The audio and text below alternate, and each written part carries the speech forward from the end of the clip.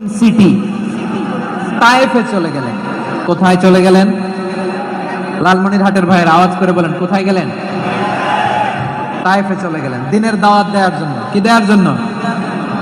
নাকি জমি কিনতে গেছিলেন? জমি কিনতে, দুনিয়ার যশ খ্যাতির জন্য, নিজের কোনো লাভের জন্য? তায়েফবাসীদেরকে জাহান্নামের আগুন থেকে বাঁচানোর জন্য। আওয়াজ করে বলতে হবে, ঠিক কিনা? বিশ্বনবী বিশাল মরুপথ, পাহাড়ি পথ পাড়ি দিয়ে তায়েফের মরুজমিনে গেলেন কোরআনের দাওয়াত নিয়ে, ইমানের দাওয়াত নিয়ে। কিন্তু তায়েফের লোকেরা বিশ্বনবীর দাওয়াতকে শুধু প্রত্যাখ্যান করেই থামে নাই, তারা বিশ্বনবীর সাথে অত্যন্ত খারাপ আচরণ করেছে। বিশ্বনবীকে শারীরিকভাবে হেনস্থা করেছে, আমার নবীকে শারীরিকভাবে অত্যাচার করেছে, আমার পেয়ারা নবীর গায়ে পাথর মেরেছে, বিশ্বনবীর গা বেয়ে ঝরঝর করে রক্ত ঝরেছে, নবী জামিনের মধ্যে লুটিয়ে পড়েছেন, আবার মেরেছে, আবার নবী হাঁটতে শুরু করলেন, পেছন থেকে আবার মেরেছে, আবার নবী রক্তাক্ত হয়ে জামিনের মধ্যে লুটিয়ে পড়লেন, আবার মেরেছে। বিশ্বনবীর মতো এত সুশ্রী মানব, বিশ্বনবীর মতো এত শুভ্র মানব, বিশ্বনবীর মতো এমন চমৎকার দেহাবয়ব দিয়ে রব্বুল আলামিন কাউকে বানান নাই। এরকম চমৎকার মানুষটাকে তারা তায়েফের ওই জমিনে রক্তাক্ত করেছে। বিশ্বনবী দুনিয়ার কোনো স্বার্থের জন্য সেখানে যান নাই, নিজের কোনো লাভের জন্য, প্রাপ্তির জন্য যান নাই, তায়েফবাসীদের জাহান্নামের আগুন থেকে বাঁচাতে গিয়েছেন। ঠিক কিনা বলেন? খেয়ে না খেয়ে দিন প্রচারের কাজে নিজেকে দিয়েছ বিলিয়ে, তায়েফের কাফিরেরা চিনল না সে আলো, দুষ্ট ছেলেদের পিছু দিল লেলিয়ে, পাথরের আঘাতে ক্ষত বিক্ষত হয়ে সারা শরীর থেকে রক্ত ঝরে। হে রাসূল তোমাকে ভুলি আমি কেমন করে, হে রাসূল তোমাকে ভুলি আমি কেমন করে। পারেন না আপনারা? ধরুন আমার সাথে, হাজার ব্যথা বেদনার পরে ফিরে আসনি তুমি আপন ঘরে, দিনের আলো তুমি ছড়িয়ে দিতে চলে গেলে মদিনায় মক্কা ছেড়ে। হে রাসূল তোমাকে ভুলি আমি কেমন করে, হে রাসূল তোমাকে ভুলি আমি কেমন করে। ঠিক কিনা বলে? প্রিয় ভাইরা, তায়েফের ছেলেরা নবীকে রক্তাক্ত করলো। আমার নবী কই যাবে? কই যাবে? মক্কায় জায়গা নাই, তায়েফে জায়গা নাই। তায়েফ থেকে ভারাক্রান্ত মন নিয়ে আমার নবী মক্কায় ফিরে আসলেন। বিশ্বনবী মক্কায় ঢুকতে পারেন না। মক্কার মরুভূমির দিকে তাকিয়ে, উপত্যকার দিকে তাকিয়ে বিশ্বনবী ধা ধা করে কাঁদেন, ঝরঝর করে নবীর চেহারা মোবারক থেকে চোখের পানিগুলো বেয়ে বেয়ে পড়ে। আমার জন্মস্থান, আমার শৈশব, কৈশোর, যৌবন কেটেছে এই মক্কায়, আমার এলাকায় আমি ঢুকতে পারি না। বিশ্বনবী মক্কার অনতি দূরে দাঁড়িয়ে জায়েদকে পাঠালেন, জায়েদ যাও দেখো কেউ আমাকে সাপোর্ট করার মতো আছে কিনা, যাও অমুকের কাছে যাও। জায়েদ গেলেন, তারাও প্রত্যাখ্যান করে ফিরিয়ে দেয়। বিশ্বনবী বললেন যাও অমুক লোকের কাছে যাও, তিনিও প্রত্যাখ্যান করে ফিরিয়ে দিলেন। কেউ বিশ্বনবীকে আশ্রয় দিতে রাজি হয় না। নিজ জন্মভূমিতে বিতাড়িত বিশ্বনবী, সর্বশেষ বিশ্বনবী বললেন যাও মুতঈম ইবনে আদির ঘরে যাও। মুতঈম ইবনে আদি মুশরিক, তার কাছে যাও। গেলেন, মুতঈম ইবনে আদি রাজি হয়ে গেল। সুবহানাল্লাহ বলেন। দেখেন, অনেক বিপদের সময়ও আমি নিজে সাক্ষী, সামাজিকভাবে, রাজনৈতিকভাবে কত ঝঞ্ঝা, কত ষড়যন্ত্র, কত কনস্পাইরেসি পাড়ি দিয়ে আমাদেরকে সামনে এগিয়ে যেতে হয়। এই শত্রুদের ভেতরেও একজনকে দাঁড় করিয়ে দেয় যে আল্লাহর কোরআনের জন্য রেডি হয়ে যায়। পড়েন সুবহানাল্লাহ। মুতঈম ইবনে আদি, আল্লাহ তার মনকে নরম করে দিলেন। মুতঈম বলে, মুহাম্মদ আমি তোমাকে আশ্রয় দিব। তার দুই ছেলেকে পাঠালেন, যাও খোলা তলোয়ার নিয়ে, স্কট দিয়ে, গার্ড অফ অনার দিয়ে মোহাম্মদকে মক্কায় ঢুকাও, আর বলো আমি আমান দেব। আমান কি দিব? আমান মানে সিকিউরিটি, নিরাপত্তা। সিকিউরিটি ছাড়া, আমান দেওয়া ছাড়া কেউ থাকতে পারতো না মক্কায়। দুই ছেলে বিষ্ণু ইসা ইসলামকে নিয়ে আসলো। নবী কাবার চারদিকে তাওয়াফ করলেন, নামাজ পড়লেন। আবু জাহেল, উতবা, সাইবা, ওয়ালিদ ইবনে মুগীরা সবাই দেখে, কেউ কিছু করতে পারে না। কারণ মুতঈম ইবনে আদি ঘোষণা দিয়েছেন, আমি মুহাম্মদকে আমান দিয়েছি, মুহাম্মদের গায়ে যেন কেউ স্পর্শ না করে। আওয়াজ করে পড়েন সুবহানাল্লাহ। নবীর এই বিপদ কালে মুহূর্তে মুতঈমের হৃদয়টারে নরম করে দিল কে? আচ্ছা লালমনিরহাটের ভাইয়েরা বলেন, এই মুতঈম কি মুসলিম ছিল না মুশরিক? সবাই বলতে হবে মুসলিম না মুশরিক। তাহলে মুশরিকের কাছ থেকে নবী পলিটিক্যাল অ্যাসাইলাম, আধুনিক রাষ্ট্রবিজ্ঞানের ভাষায় পলিটিক্যাল অ্যাসাইলাম, যেটাকে বলে রাজনৈতিক আশ্রয়, ওনার আমান বা নিরাপত্তার এই ঘোষণায় তিনি মক্কায় ঢুকলেন। যতদিন নিরাপত্তা ছিল ছিলেন। মুতিম যখন মারা গেল, বিষ্ণু ইসলাম হিজরত করে মদিনায় চলে গেলেন। সুবহানাল্লাহ। কিন্তু মুতিম যে বিশ্বনবীর উপকার করছে এটা বিশ্বনবী ভুলে নাই। আমাদের অনেকে আছে উপকার করার পরে আর খেয়াল থাকে না, খাওয়ার পরে গলা দিয়ে নামলে আর খেয়াল থাকে না। এরকম আছে না নাই? আমার নবী ভুলে নাই। বদরের প্রান্তরে 70 জন কাফেরকে যখন বন্দী করে বিশ্বনবীর সামনে হাঁটু গেড়ে দাঁড় করানো হলো, বসানো হলো, 70 জন কাফের। কয়জন? বিশ্বনবী তাদের দিকে তাকিয়ে বললেন, সহিহ বুখারীর বর্ণনা, লাউ কানাল মুতঈম ইবনে আদি হাইয়ান সুম্মা কাল্লামানি হাউলাই নাতনা লা তারাকতুহুম লাহু। বদরের প্রান্তরে 70 জন বন্দী কাফিরের দিকে তাকিয়ে আমার নবী বললেন, আজকে মুতঈম ইবনে আদি যদি বেঁচে থাকতো আর তোমাদের 70 জনের ব্যাপারে যদি মুতঈম এক বাক্যে একটা সুপারিশ করত, তার সম্মানে আজকে তোদের সবাইকে আমি মাফ করে দিতাম।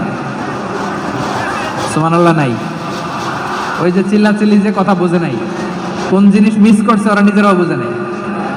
বিশ্বনবী মুতঈমের এই সাহায্যের কথা বলে নাই। 70 জন মুশরিক হাঁটু গেড়ে বসা, নবী চাইলে এখনই এক্সিকিউশন অর্ডার দিতে পারে। তিনি বললেন, আজকে যদি মুতঈম বেঁচে থাকতো আর মুতঈম যদি তোদের জন্য সুপারিশ করতে, আবর্জনাগুলোর ব্যাপারে সুপারিশ করতে, আমি মুহূর্তেই তোদেরকে এমনি মাফ করে দিতাম। এবার বলেন, ইসলাম কি ন্যারো মাইন্ডেড না ব্রড মাইন্ডেড? শুধু তাই নয়, যাকে যে সম্মান দেয়ার আমার নবী দিতেন, হোক আস্তিক হোক নাস্তিক, হোক মুসলিম হোক অমুসলিম। বিষ্ণু ইসলাম যখন রোমান সম্রাটের কাছে চিঠি লিখেছেন, আমার প্রিয় লালমনিরহাটের ভাইরা, অল্প কয়েক মিনিট কয়েকটা জরুরি কথা বলবো, এদিকে তাকান, এদিকে তাকান। রোমান সম্রাটের কাছে বিশ্বনবী যখন চিঠি লিখলেন মিন মুহাম্মদ রাসূলুল্লাহ ইলা হিরাকলা আযীমির রোম, মুহাম্মদের পক্ষ থেকে হিরাক্লিয়াসের কাছে, যিনি হচ্ছেন আযীমির রোম। এটা নবী নিজ থেকে বানায় লিখছেন অতিরিক্ত সম্মান দিয়ে। কোন রাষ্ট্রপ্রধান যখন আসে তাদেরকে আমরা কি বলি জানেন? তার নামের শেষে HE এটা লিখতে হয়, H.E.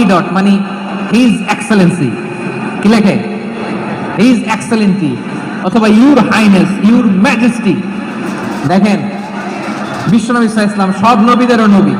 তিনি একজন মুশরিক খ্রিস্টান সম্রাট রোমান সম্রাটের কাছে চিঠি লিখতে যায়, লিখতেছে, ইলা হিরাকলা আযীমির রোম, হিরাক্লিয়াসের কাছে আমার চিঠি, যিনি রোমের আযীম, হিজ হাইনেস, মানে রোমের অনেক সম্মানিত এক বাহাদুর। আওয়াজ করে বলেন সুবহানাল্লাহ। তার মানে যাকে যে সম্মান দেয়ার এটা বিশ্বনবী দিতেন। এমনকি যে ইহুদিরা ভালো ছিল, এই ইহুদিদেরও প্রশংসা করেছেন বিশ্বনবী মুহাম্মদুর রাসূলুল্লাহ সাল্লাল্লাহু আলাইহি ওয়াসাল্লাম। এক ইহুদির প্রশংসা করেছেন বিশ্বনবী। ইহুদির কার? আমি তো আমার ভাইয়ের প্রশংসা করি না, আমি তো এক আলেম আরেক আলেমরে স্পেস দেই না,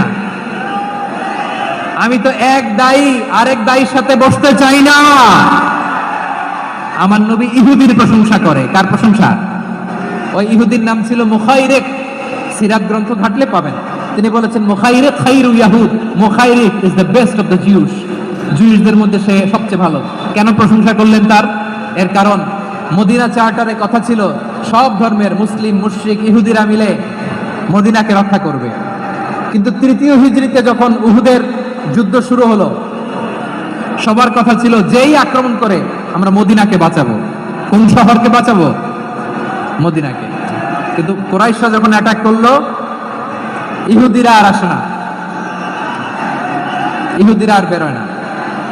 বিষ্ণু বললেন, ওহে ইহুদিরা, তোমরা না চুক্তি করলে আমার সাথে যে মদিনা বাঁচাতে সবাই ঝাঁপিয়ে পড়বো, আসো একটা ইহুদিও বেরোয় না, কেউ আসে নাই সেদিন, একজন ছাড়া, তার নাম মুখাইরেক। তার নাম কি?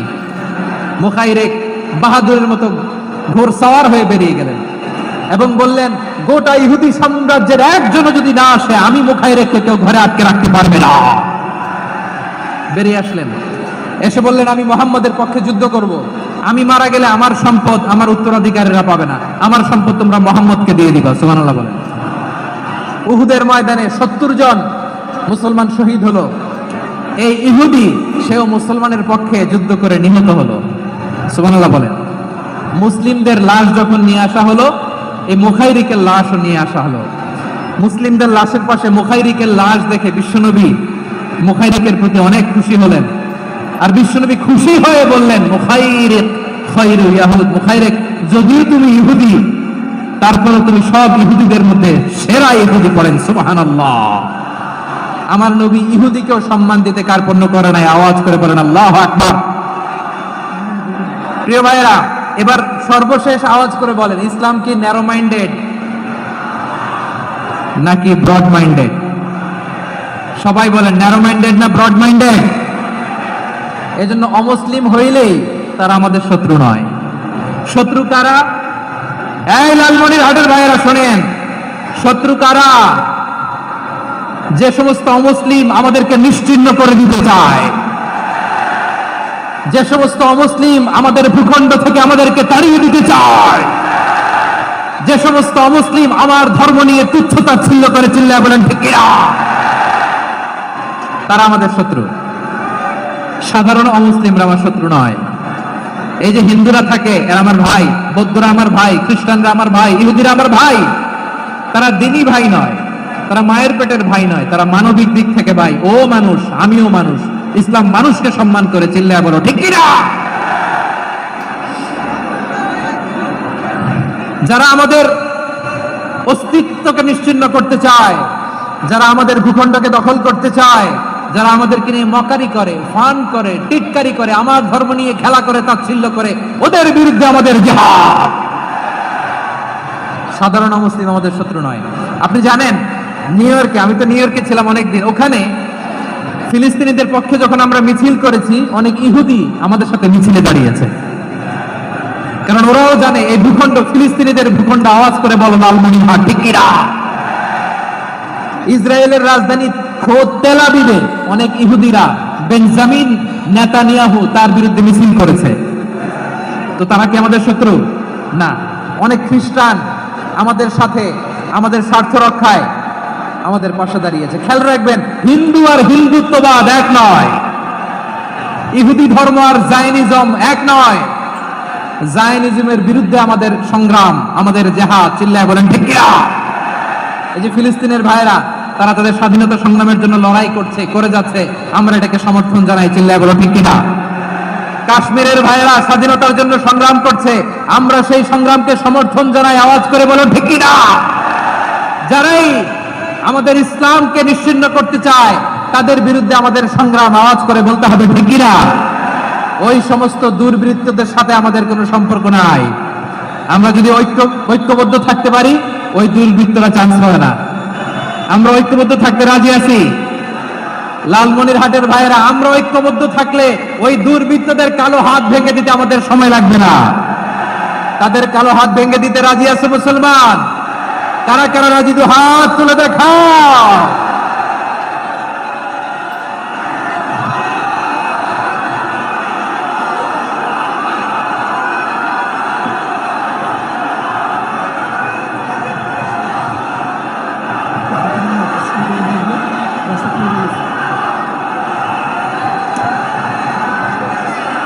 আমার প্রাণপ্রিয় লালমনিরহাটের ভাইয়েরা, শত্রু কাফের আর অশত্রু কাফেরের মধ্যে পার্থক্য আছে না নাই?